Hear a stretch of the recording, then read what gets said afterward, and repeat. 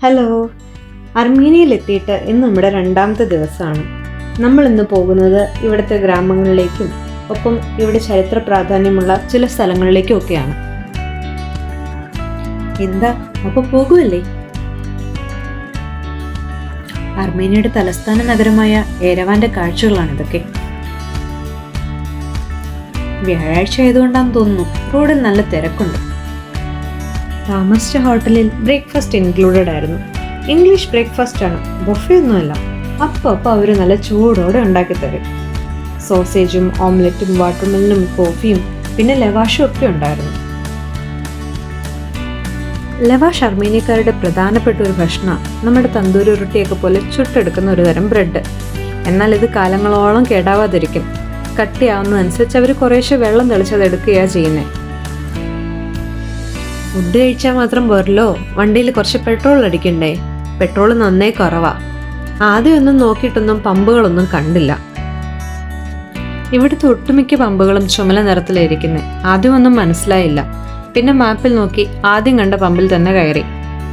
Alex പുറത്തിറങ്ങി കാര്യമൊക്കെ തിരക്കി പെട്രോളൊക്കെ അടിച്ചു. തലേദിവസം രാത്രി ചെറുതായൊന്ന് മഴ പെയ്തിരുന്നു. രാവിലെ കയറി ഓടി ഇങ്ങ് പോന്നു.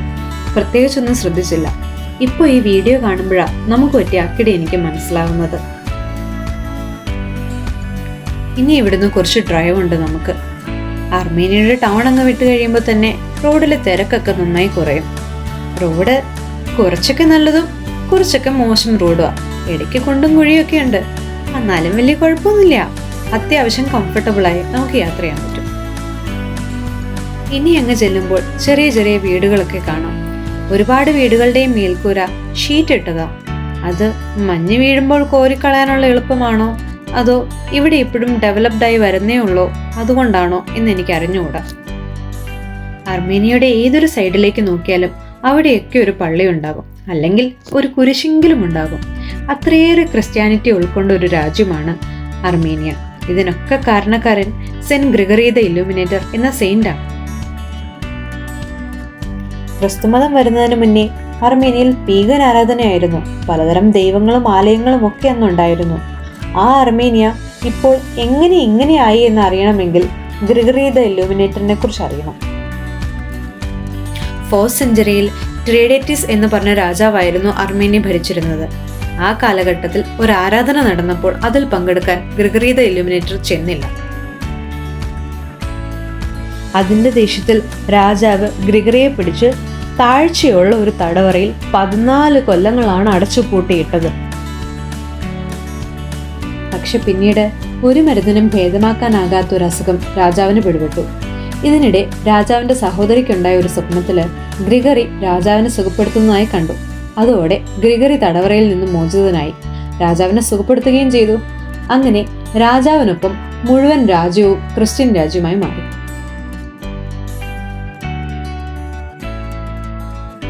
ആ ചരിത്രം അവിടെ നിൽക്കട്ടെ. ഇപ്പോൾ നമ്മൾ കാണാൻ പോകുന്നത് ചാരൺസ് ആർച്ച് എന്ന് പറഞ്ഞൊരു ആർച്ച. ചാരൺ ഒരു പോയറ്റ് ആയിരുന്നു. ആരാരത്തിനെ കുറിച്ച് ഒരുപാട് പോയംസ് പുള്ളി എഴുതിയിട്ടുണ്ട്. പുള്ളിക്ക് വേണ്ടി സമർപ്പിക്കപ്പെട്ട ഒരു ആർച്ചാണിത്. ഇതിന്റെ പ്രത്യേകത എന്താന്ന് വെച്ച് കഴിഞ്ഞാൽ, ആർച്ചിലൂടെ നോക്കിയാൽ അരാരത്ത് മൗണ്ടന്റെ വളരെ നല്ലൊരു വ്യൂ കാണാൻ പറ്റും. അങ്ങോട്ട് പോകുന്ന വഴിക്ക് നിറയെ കാർപ്പറ്റും ബാഗുകളും ചെറിയ ഹാൻഡിക്രാഫ്റ്റ്സും ഒക്കെ തൂക്കിയിട്ടിട്ടുണ്ട്. ഇതൊക്കെ വിൽക്കാനിരിക്കുന്നവരെല്ലാം ഏകദേശം 40 അതിനു മുകളിൽ പ്രായമുള്ളവരാ. ചെറുപ്പക്കാരി ഒന്നും തന്നെ അങ്ങനെ കണ്ടില്ല.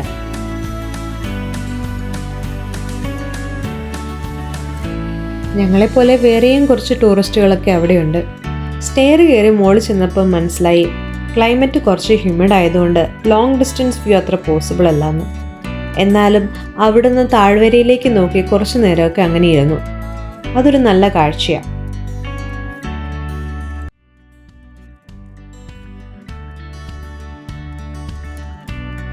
ഇവിടെ ഈ കച്ചവടത്തിന് ഇരിക്കുന്നവരൊക്കെ ഉണ്ടല്ലോ, നമ്മളെ കൊണ്ടൊന്നും തന്നെ അവർ നിർബന്ധിച്ച് വാങ്ങിപ്പിക്കില്ല. നമ്മളതൊക്കെ ഒന്ന് തൊട്ട് നോക്കിയാലും എടുത്തു നോക്കിയാലും ഒന്നെടുത്ത് രുചിച്ചാലും ഒക്കെ അവര് ഹാപ്പിയാ. അവരങ്ങനെ അങ്ങ് പോകും. ഇവിടെ നിന്ന് നമ്മൾ പോകാൻ ഉദ്ദേശിക്കുന്നത് ഗിഗാഡ് എന്ന മൊണാസ്ട്രിയിലേക്കാണ്. എന്നാൽ ഇടയ്ക്ക് വെച്ച് അങ്ങ് അകലെ ഒരു മല കണ്ടു. എന്നാൽ പിന്നെ അവിടം വരെ ഒന്ന് പോയി നോക്കിയാൽ കൊള്ളാമെന്ന് തോന്നി. അങ്ങനെ ഞങ്ങളുടെ വഴിയൊന്ന് അല്പം മാറിയിട്ടുണ്ട് ഇപ്പോൾ. ഈ കാണുന്ന വഴിക്ക് വലിയ മുഴുപ്പൊന്നുമില്ല, കുറച്ചൊക്കെ മോശം റോഡുവാ. വീടിൻ്റെയൊക്കെ രണ്ട് സൈഡിലും നമ്മുടെ നാട്ടിൽ മാവ് നിൽക്കുന്നത് പോലെയാ പീച്ചും പേറും ആപ്പിളും ഒക്കെ നിൽക്കുന്നത്. വഴിയിൽ അങ്ങനെ അധികം ആളൊന്നുമില്ല.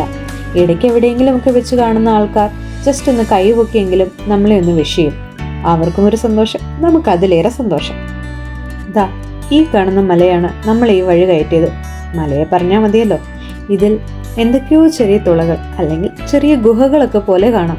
അത് കണ്ടുകൊണ്ടാ നമ്മൾ ഈ വഴിക്ക് വന്നത്. സൈഡിൽ കാണുന്ന പല വണ്ടികളും ഉപേക്ഷിക്കപ്പെട്ടതെന്ന് നമുക്ക് തോന്നാം. എന്നാലും ഈ വണ്ടികളൊക്കെ ഇവർ ഉപയോഗിക്കുന്നതൊക്കെയാണ്. എല്ലാവരും അത്യാവശ്യം ഒരു ചെറിയ മെക്കാനിക്കാണ് ഇവിടെ. രൂപത്തിൽ അനങ്ങു പോലും ഇല്ലെന്ന് തോന്നുന്ന വണ്ടിയും കൊണ്ട് ഇവർ പലപ്പോഴും നടക്കുന്നത് നമ്മളെ അത്ഭുതപ്പെടുത്തിയിട്ടുണ്ട്. നമ്മുടെയൊക്കെ വീട്ടിൽ കോവലും പാവലും ഒക്കെ കൊണ്ട് പന്തലിടുന്നത് പോലെയാ ദാ ഇവിടെ ഈ കിടക്കുന്ന മുന്തിരി വള്ളികളും അതിലെ കുലകളും ഒക്കെ. ഇപ്പം ഈ കാണാൻ പോകുന്ന കാറേ ഇവിടുത്തെ റോഡിലെ പ്രധാനിയാ, നമ്മുടെ അംബാസിഡർ പോലെ. ഇവിടെ സോവിയറ്റ് യൂണിയന്റെ കാലം മുതലുള്ള ലാദാ കാറാണത്. കാണുന്ന മരത്തിലെല്ലാം കായകളുണ്ട്. എന്നാൽ വിന്റർ വരുമ്പോഴേക്കും ഇവർക്ക് ഇതെല്ലാം തന്നെ സൂക്ഷിച്ചു വെച്ചേ പറ്റൂ.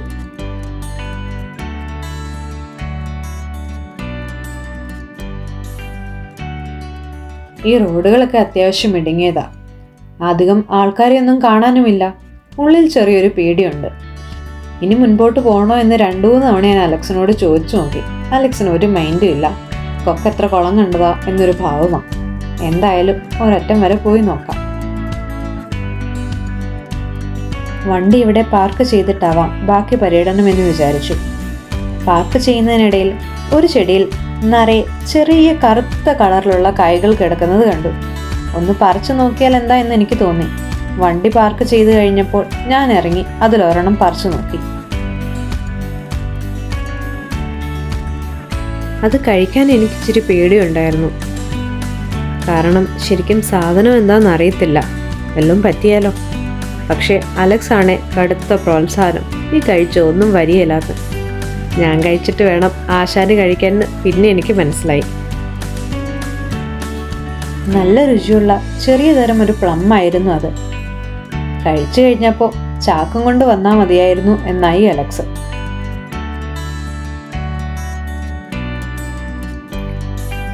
കുറേയൊക്കെ കൃഷിയും പശുക്കളും ഒക്കെ ഈ നാട്ടിലുണ്ട്.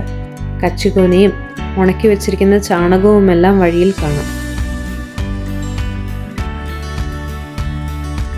ഇപ്പോഴും കിട്ടിയതൊക്കെ തിന്നുകൊണ്ട് ഇങ്ങനെ അങ്ങ് നടക്കുക.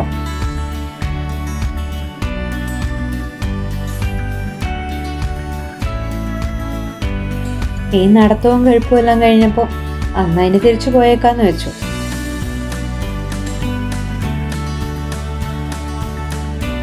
ഇവിടുന്ന് വണ്ടിയെടുത്ത് പിന്നെയും ഞങ്ങളുടെ ലക്ഷ്യസ്ഥാനമായ ഗിഗാർഡിലേക്ക് തന്നെ തിരിച്ചേക്കാമെന്ന് ഞങ്ങൾ വിചാരിച്ചു. പക്ഷേ ആ ചിന്തയ്ക്ക് വലിയ താമസമൊന്നും ഉണ്ടായില്ല. പിന്നെയും ഞങ്ങൾ വഴിതെറ്റിച്ചു. അലക്സിന്റെ വാദം ഗൂഗിൾ ചതിച്ചെന്നാ. എന്നാലും ഗൂഗിളിനെ പറഞ്ഞാൽ മതിയല്ലോ. 1915 കാലഘട്ടത്തിൽ വേൾഡ് വാർ 1 സമയത്ത് ഓട്ടോമാൻ എംപയറുമായി അർമീനിയയിൽ ഒരു വലിയ യുദ്ധം നടന്നിട്ടുണ്ട്. ഇതാണ് അർമീനിയൻ ജിനോസൈഡ്. 1.5 മില്യണോളം ആളുകളാണ് അന്നിവിടെ മരിച്ചു വീണത്. ഇന്നിപ്പോൾ ഈ വഴിയിലൂടെയൊക്കെ പോകുമ്പോൾ വളരെ കുറച്ച് ആളുകളെ നമ്മൾ കാണുന്നുള്ളൂ. അതിന് ജിനോസൈഡുമായൊരു ബന്ധമുണ്ട്. ജിനോസൈഡിന് ശേഷമാണ് ഇവിടുന്ന് ആളുകൾ മൈഗ്രേറ്റ് ചെയ്ത് പലയിടങ്ങളിലേക്ക് പോകാൻ തുടങ്ങിയത്. അതിവരുടെ പോപ്പുലേഷനെ നന്നെ ബാധിക്കുകയും ചെയ്തിട്ടുണ്ട്. പിന്നെ ഇന്ത്യൻ റുപ്പിയേക്കാളും താഴെയാണ് ഇവിടുത്തെ ഡ്രാമിൻ്റെ മൂല്യം. ഒരു ദിവസം ഒരാൾക്ക് സമ്പാദിക്കാവുന്നതിന് ഒരു ലിമിറ്റ് ഉണ്ട്. അതുകൊണ്ട് നല്ല സാഹചര്യം തേടി ആൾക്കാർ മൈഗ്രേറ്റ് ചെയ്യുക എന്നത് വളരെ സാധാരണമായ ഒരു കാര്യമാണ്. ഇവിടെ ഇവർക്ക് ഏറ്റവും സുലഭമായി കിട്ടുന്ന ഒന്നാണ് നല്ല ശുദ്ധജലം.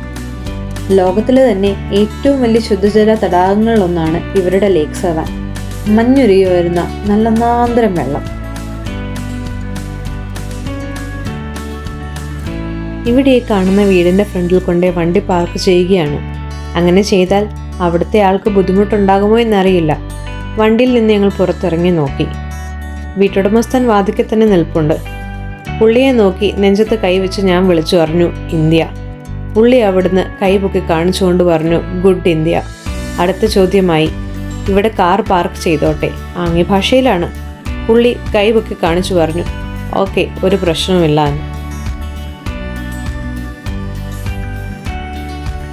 ഇവിടെ വന്നിട്ട് ഇതുവരെ എങ്ങും വെള്ളം വാങ്ങി കുടിക്കേണ്ടി വന്നിട്ടില്ല. എവിടെ പോയാലും ഇതുപോലെ ചെറിയ വാട്ടർ ഫൗണ്ടൻ ഉണ്ടാകും. ചെറിയൊരു പ്രഷറിൽ വെള്ളം മുകളിലേക്ക് വന്നുകൊണ്ടേയിരിക്കും. നമുക്കതിൽ നിന്ന് കുടിക്കാം. നല്ല തണുത്ത ജലം. വെള്ളത്തിനൊക്കെ നല്ല രുചിയുണ്ടെന്ന് തോന്നിപ്പോവും.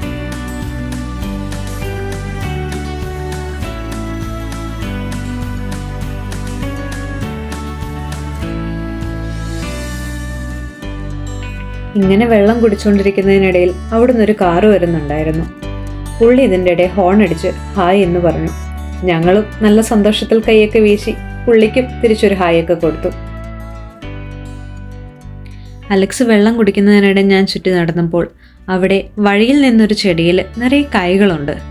ചെന്ന് നോക്കിയപ്പോൾ ദേണ്ടടാ ബ്ലാക്ക്ബെറി. നമ്മളിവിടെ നല്ല കാശ് കൊടുത്തു വാങ്ങുന്നൊരു സാധനമാണ്. ചെറിയൊരു കുഞ്ഞി എട്ടുകാലി ഉണ്ടായിരുന്നു. അവനെ തൂക്കി എറിഞ്ഞിട്ട് ബാക്കി കിട്ടിയതൊക്കെ ഞാൻ കഴിച്ചു. ഇവിടെ ഈ സൈഡിൽ കാണുന്നത് ആപ്പിൾ മരങ്ങളുടെ തോട്ടമാണ്. അവിടെ ഒരു അപ്പച്ചൻ പണിയെടുക്കുന്നുണ്ടായിരുന്നു. അതിൻ്റെ അകത്ത് കയറിയാൽ കൊള്ളാമെന്നൊരു ആഗ്രഹവും ഉണ്ടായിരുന്നു. പക്ഷേ ഞങ്ങൾ നടന്നെത്തുന്നതിന് മുന്നേ ഞങ്ങൾ കണ്ടിട്ടാണോ എന്നറിയില്ല, എന്തായാലും അപ്പച്ചനോട് വീട്ടിനകത്ത് പോയി. അതോടെ ആ ആഗ്രഹം അങ്ങനെ തീർന്നു.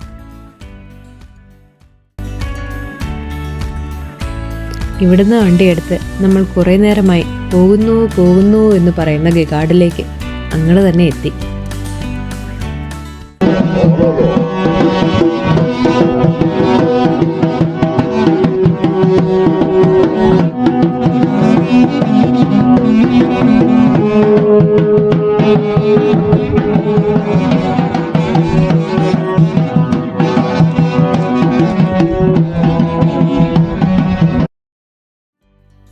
ഇപ്പോൾ നമ്മൾ കേട്ടത് അർമീനിയൻ ഫോക്ക് മ്യൂസിക് ആണ്. ദുദൂക്ക് എന്ന് പറയുന്ന ആപ്രിക്കോട്ടിൻ്റെ തടിയിൽ നിന്നുണ്ടാക്കുന്ന ഓടക്കുഴൽ പോലെ ഒരു ഇൻസ്ട്രുമെൻറ്റും ദോൽ എന്ന് പറയുന്ന ഡ്രമ്മും ഒക്കെ ഉപയോഗിച്ചാണ് ഈ പാട്ടുകൾ വായിക്കുന്നത്.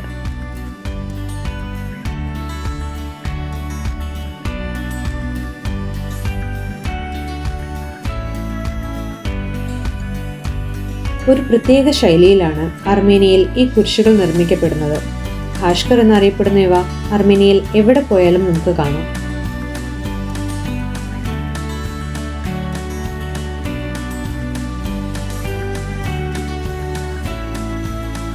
ഈ പോകുന്ന ഗിഗാർഡ് മൊണാസ്ട്രി ഗ്രിഗറി ദ ഇല്ലുമിനേറ്റർ സ്ഥാപിച്ച ആദ്യ പള്ളികളിലൊന്നാണ്.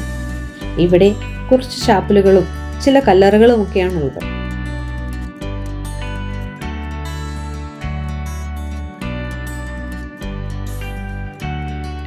ആസാദ് മലനിരകൾക്കിടയിൽ പാറ തുരന്ന് എത്രയോ കാലങ്ങൾക്ക് മുന്നേ ഉണ്ടാക്കിയ ഈ മൊണാസ്ട്രി നമ്മളെ ശരിക്കും അത്ഭുതപ്പെടുത്തും.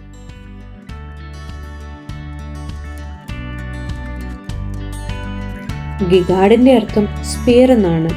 ഒരു സ്പിയർ ഷേപ്പിലാണ് ഈ പള്ളിയുടെ ഡോം ഇരിക്കുന്നത്. അത് പള്ളിക്കകത്ത് നിന്നുള്ള ദൃശ്യങ്ങളിൽ നിങ്ങൾക്ക് എല്ലാവർക്കും കാണാൻ പറ്റും. ഒരു ഇരുട്ടറയിലേക്ക് കയറുന്നത് പോലെ നമുക്ക് ഫീൽ ചെയ്യും. പാറ തുറന്നുള്ള ഈ പള്ളിയുടെ അകത്ത് അത്ര വെളിച്ചമൊന്നുമില്ല, കുറച്ച് ഇരുട്ടാണ്.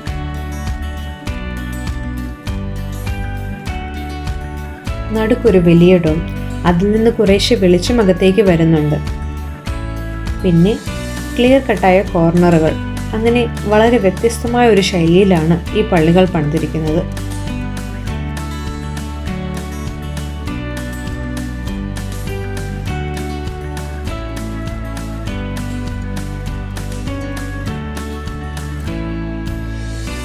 പള്ളിയിൽ കുറച്ചു നേരം ഇരുന്ന് പ്രാർത്ഥിച്ചതിന് ശേഷം പുറത്തേക്ക് ഇറങ്ങി. അപ്പോഴേക്കും ക്യാമറയുടെ ബാറ്ററി ലോ എന്ന് കാണിക്കാൻ തുടങ്ങിയിരുന്നു. ഇനി ബാറ്ററി എടുക്കണമെങ്കിൽ അങ്ങ് താഴെ വരെ നടക്കണം, നല്ല ദൂരമുണ്ട്. പക്ഷേ അലക്സ് ആണല്ലോ ഒന്നാം പാപ്പാൻ, ഞാൻ രണ്ടാം പാപ്പാനും. എന്തായാലും പണി എനിക്ക് തന്നെ. അലക്സിനെ ക്യാമറയും ഏൽപ്പിച്ച് ഞാൻ ബാറ്ററി എടുക്കാൻ പയ്യെ താഴേക്ക് നടന്നു.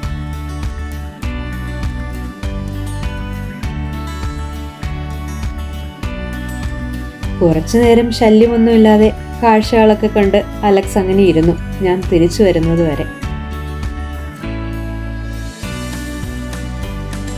ട്രെക്കിംഗ് ഒക്കെ ചെയ്യാൻ താല്പര്യമുള്ളവർക്ക് ബെസ്റ്റ് സ്പോട്ടാണ് അർമേനിയ. എവിടെ പോയാലും ധാരാളം ട്രെക്കിംഗ് സ്പോട്ടുകളുണ്ട് ഇവിടെ.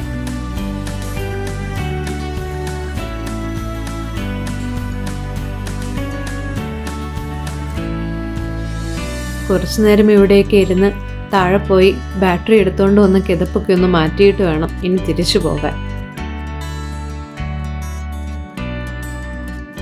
ഇവിടെ വരുന്നതിന് മുന്നേ അർമേനിയയെക്കുറിച്ച് മനസ്സിലാക്കാൻ armenia.travel എന്ന ഗവൺമെൻറ്റിന് തന്നെ ഒരു വെബ്സൈറ്റാണ് ഞാൻ ഉപയോഗിച്ചത്. അർമേനിയയുടെ ഹിസ്റ്ററിയും അത്യാവശ്യം എല്ലാ വിവരണങ്ങളും അതിലുണ്ട്. അതുകൂടാതെ ഹൈക്കിംഗ് ചെയ്യാൻ താല്പര്യമുള്ളവർക്ക് ഹൈക്ക് അർമേനിയ എന്നൊരു ആപ്പും കൂടെയുണ്ട്. ഇത് രണ്ടും വളരെ നല്ല ആപ്ലിക്കേഷനാണ്.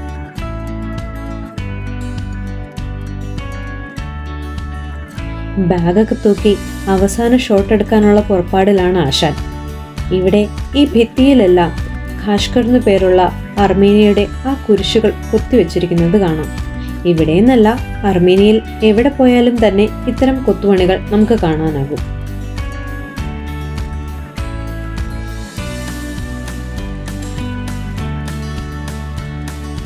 ഈ പള്ളി 4ാം സെഞ്ചുറിയിൽ സ്ഥാപിതമായെങ്കിലും 13ാം സെഞ്ചുറിയോടുകൂടെയാണ് ഇപ്പോൾ ഈ കാണുന്ന രൂപം പ്രാപിച്ചത്.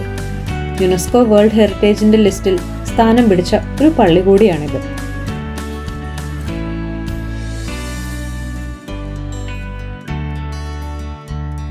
പല വഴിയെ പുറത്തേക്ക് ഇറങ്ങാം. വന്ന വഴിയെ കൂടിയല്ല ഞങ്ങൾ പുറത്തേക്ക് പോകുന്നത്. അല്ലേലും വന്ന വഴിയെ പോയി ശീലമില്ലല്ലോ. ഇവിടെ നിന്ന് നടന്നിറങ്ങി പുറത്ത് കാർ കിടക്കുന്നിടത്തേക്ക് ഇനി പോകണം. അങ്ങകലെ ആ മലയിൽ പോലും വെള്ള നിറത്തിലൊരു കുരിശ് സ്ഥാപിച്ചിരിക്കുന്നതായി കാണാം. ഇതൊക്കെ എങ്ങനെ സാധിച്ചു എന്നറിയില്ല.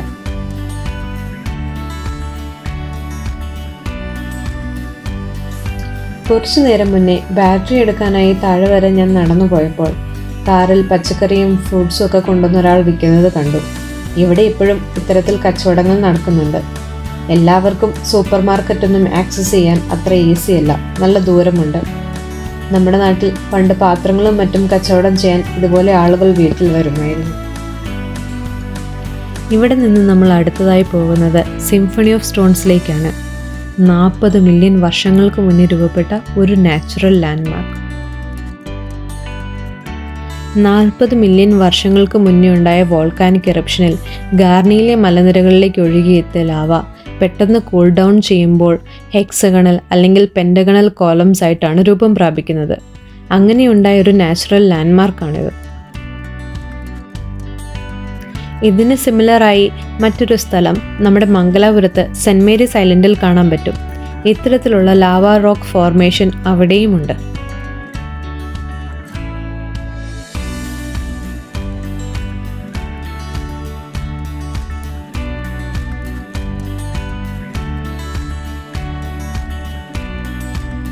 ഇങ്ങനെ റോക്സും നോക്കി നടന്നപ്പോഴാണ് അവിടെ കുതിരയുണ്ടെന്ന് മനസ്സിലായത്. എന്നാ പിന്നെ കുതിരപ്പുറത്തയക്കാം സവാരി എന്ന് വെച്ചു.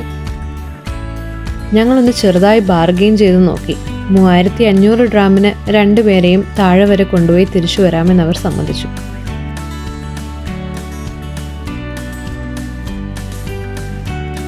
അപ്പനും മക്കളും കൂടിയാണ് ഈ കുതിര ബിസിനസ് നടത്തുന്നത്. നമ്മളോട് ബാർഗെയിൻ ചെയ്ത് വിലയുറപ്പിച്ചത് അപ്പനാണ്. അത് മകനത്ര പിടിച്ചിട്ടില്ല. അതിൻ്റെ ദേഷ്യം താഴെ കുതിര എത്തുന്നത് വരെ ഇവൻ തല്ലി തീർക്കുന്നുമുണ്ട്. അതുകൊണ്ട് എനിക്കാണെങ്കിൽ ഭയങ്കര പേടിയാ.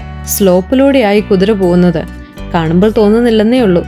താഴേക്ക് കുതിര ഇറങ്ങി പൊയ്ക്കൊണ്ടിരിക്കുകയാണ്. ആദ്യമായാണ് കുതിര പുറത്ത് കയറുന്നതും. നല്ല പേടിയുണ്ട് ഉള്ളിൽ. അതിനൊപ്പം ഇവൻ്റെ ഓരോ തല്ലും കൂടി ആവുമ്പോൾ എൻ്റെ നെഞ്ച് കടന്ന് ഇടിക്കുക.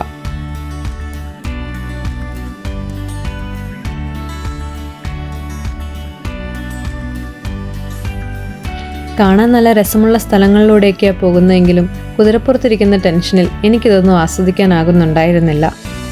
ഞാൻ തന്നെയാണ് കുതിരപ്പുറത്ത് കയറണമെന്ന ആഗ്രഹം പ്രകടിപ്പിച്ചതും ചാടിക്കയറിയതും. ഇനിയിപ്പം ഇതിൻ്റെ പുറത്തുനിന്ന് എങ്ങനെ ഇറങ്ങുമെന്ന് എനിക്കറിയത്തില്ല.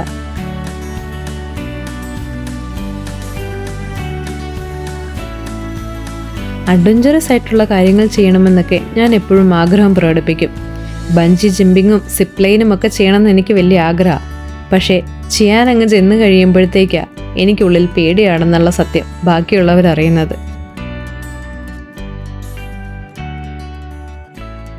ഇടയ്ക്കിടെ നമ്മൾ മാളുകളിലൊക്കെ കുട്ടികൾക്ക് സവാരിക്കായി ഉപയോഗിക്കുന്ന ചെറിയ ട്രെയിനില്ലേ, അതുപോലത്തെ ട്രെയിൻ അങ്ങോട്ടും ഇങ്ങോട്ടുമൊക്കെ പോകുന്നത് കാണാം. ആളുകളെയും കൊണ്ട് താഴെ വരെ കൊണ്ടെത്തിക്കുന്ന പണിയിലാണ്. ഈ ചെരുവിൻ്റെ സൈഡിലൂടെ ചെറിയ അരുവികൾ ഒഴുകുന്നുണ്ട്.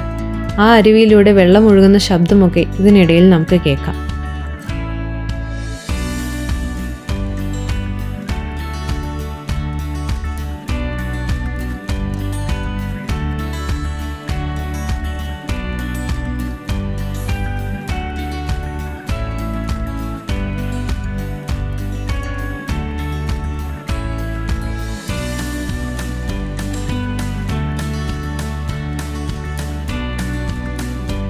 കുറച്ച് കഴിഞ്ഞപ്പം അവനൊന്ന് കാമായി.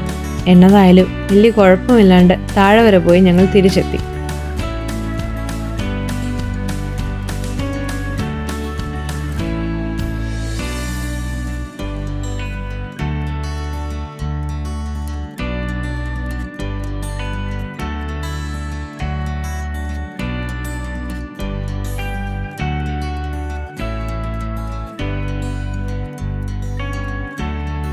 നമ്മുടെ അടുത്ത ലൊക്കേഷൻ ഗാർണിയാണ്.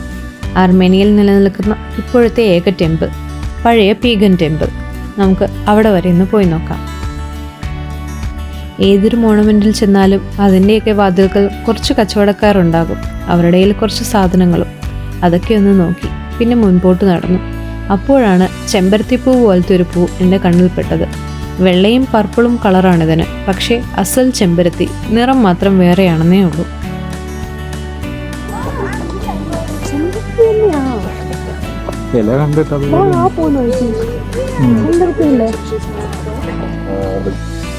വളരെ പീസ്ഫുള്ളായ ഒരു അന്തരീക്ഷമാണ്. രണ്ട് സൈഡിലും കുറേ കല്ലുകളൊക്കെ വെച്ചിട്ടുണ്ട്. ഈ ഗാർണി ടെമ്പിൾ കുറച്ചു കാലങ്ങൾക്ക് മുന്നേ ഉണ്ടായ ഒരു എർത്ത്ക്വേക്കിൽ നശിച്ചു പോയിരുന്നു. അത് പിന്നീട് റീകൺസ്ട്രക്ട് ചെയ്തെടുത്തതാണിത്. ഈ സൈഡിൽ വെച്ചിരിക്കുന്ന കല്ലുകളെല്ലാം അന്നത്തെ അവശിഷ്ടങ്ങളാണ്. ഞങ്ങളുടെ ബാഗിൽ ഗാട്ട എന്ന് പറഞ്ഞ് ഇവിടെ നിന്ന് വാങ്ങിയൊരു ബ്രെഡ് ഉണ്ടായിരുന്നു. കുറച്ച് ബട്ടറും മാവും പഞ്ചസാരയും കുറച്ച് നട്ട്സും ഒക്കെ ഇട്ടുണ്ടാക്കിയ ഒരു സ്വീറ്റ് ബ്രെഡ്. അത് ആ സൈഡിലിരുന്ന് കഴിച്ചു. അതിനുശേഷമാണ് ഞങ്ങൾ നടന്ന് ഈ ടെമ്പിളിലേക്ക് പോകുന്നത്.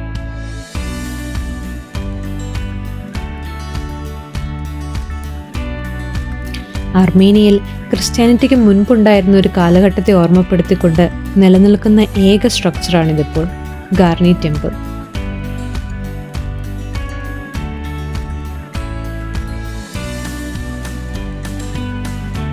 ഗ്രീക്കോ റോമൻ ശൈലിയിൽ നിർമ്മിക്കപ്പെട്ട ഈ കെട്ടിടം സൂര്യന് വേണ്ടിയുള്ളതായിരുന്നു. ഭീമാകരന്മാരായ തൂണുകൾ, അതാണ് ഈ കെട്ടിടത്തെ താങ്ങി നിർത്തുന്നത്. അർമേനിയയിലെ വാർത്തവാർ എന്ന ഫെസ്റ്റിവലിനെ കുറിച്ച് കേട്ടിട്ടുണ്ടോ? നമ്മുടെ ഹോളിയൊക്കെ പോലെ ഇവിടുത്തെ ഒരു വാട്ടർ സ്പ്ലാഷിംഗ് ഫെസ്റ്റിവലാണത്. ആസ്റ്റിക് എന്ന ഒരു ദേവത വെള്ളത്തിലൂടെയാണ് അനുഗ്രഹിച്ചിരുന്നതെന്നാണ് കരുതുന്നത്. അപ്പോൾ ദേവതയുടെ അനുഗ്രഹത്തിനായി വെള്ളം എല്ലാവരുടെയും ദേഹത്ത് തളിച്ചുകൊണ്ടുള്ള ഒരു ഫെസ്റ്റിവലാണിത്. കാലം മാറിയപ്പോൾ ഫെസ്റ്റിവലിന്റെ മീനിങ് മാറിയെന്നേ ഉള്ളൂ. പക്ഷേ അത്തരം ആചാരങ്ങളൊക്കെ ഇന്നും ഇവിടെ നിലനിൽക്കുന്നുണ്ട്. ഈ ഗാർണിയുടെ കൂറ്റൻ തൂണുകളും ഈ കെട്ടിടവുമൊക്കെ ഇരിക്കുന്നത് പല മലകൾക്കിടയിലാണ്.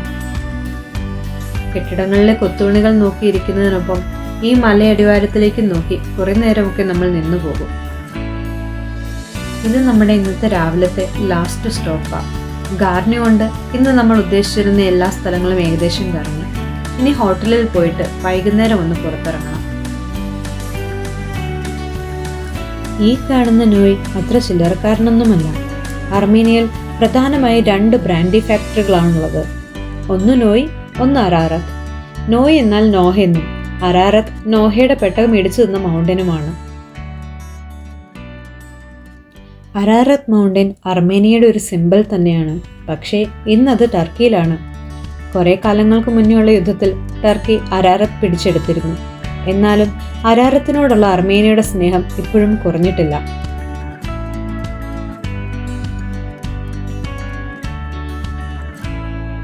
ഈ ചെറിയ രാജ്യത്തെ ബ്രാൻഡി ഫാക്ടറി എന്ന് പറയുമ്പോൾ അതിനെ ചെറുതായൊന്നും കണക്കാക്കരുത്.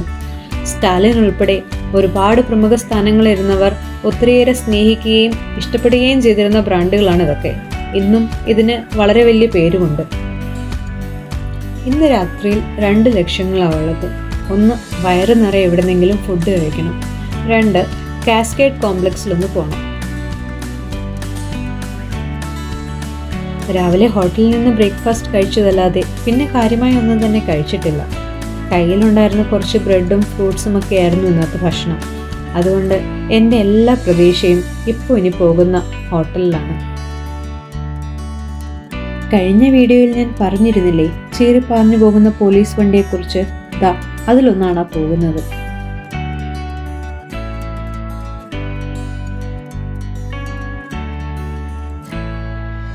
എൻ്റെ പറച്ചിൽ കേട്ടാൽ നിങ്ങൾക്ക് തോന്നും ഹോട്ടലൊക്കെ നേരത്തെ നോക്കി സെറ്റാക്കിയിട്ടാ ഞാൻ ഈ നടക്കുന്നതെന്ന്. അങ്ങനെയൊന്നും അല്ല കേട്ടോ. അലക്സിൻ്റെ കൂടെ അങ്ങ് നടക്കുക. ഇവിടെ നിൽക്കുമ്പോൾ തോന്നും ചിലപ്പം ഇവിടെ ആയിരിക്കും നല്ലതെന്ന്. എന്നാൽ അപ്പുറത്തെ സൈഡിൽ ഒരുപാട് ഹോട്ടലുകളുണ്ട്, എന്നാൽ അവിടം വരെ ഒന്ന് പോയി നോക്കാം എന്ന് തോന്നും. അങ്ങനെ നടപ്പ് തുടങ്ങിയിട്ട് നേരം കുറച്ചായി. ഇതുവരെ പറ്റിയൊരു സ്ഥലം ഞങ്ങൾ കണ്ടെത്തിയിട്ടില്ല. ഇവിടെ അങ്ങനെ എല്ലായിടത്തും 24/7 ഫുഡൊന്നും കിട്ടില്ല കേട്ടോ. ചില ഏരിയകളിൽ ബേക്കറികളും ബേക്കിംഗ് സ്റ്റേഷൻസ് ഒക്കെ ഉള്ളത്. അവിടെ സാൻഡ്വിച്ചും പിസയും മറ്റുമൊക്കെ അത് രാവിലെ മുതൽ കിട്ടും. അവരൊക്കെ ഒരു 3 മണി 5 മണിയൊക്കെ ആകുമ്പോൾ കടയും പൂട്ടി പോകും. പിന്നെ ഉള്ളത് ഇതുപോലത്തെ സ്ട്രീറ്റുകളാണ്. ഇവിടെ കുറച്ച് വൈനും കുറച്ച് നല്ല ഫുഡും ഒക്കെ കിട്ടും. പക്ഷേ കമ്പാരിറ്റീവ്ലി കുറച്ച് എക്സ്പെൻസീവ് ആണിത്. ഇപ്പോൾ നമ്മൾ ഈ നടക്കുന്നത് ഏരവാൻ കാസ്കേഡ് കോംപ്ലക്സിൻ്റെ സൈഡിലുള്ള സ്ട്രീറ്റുകളിലൂടെയാണ്.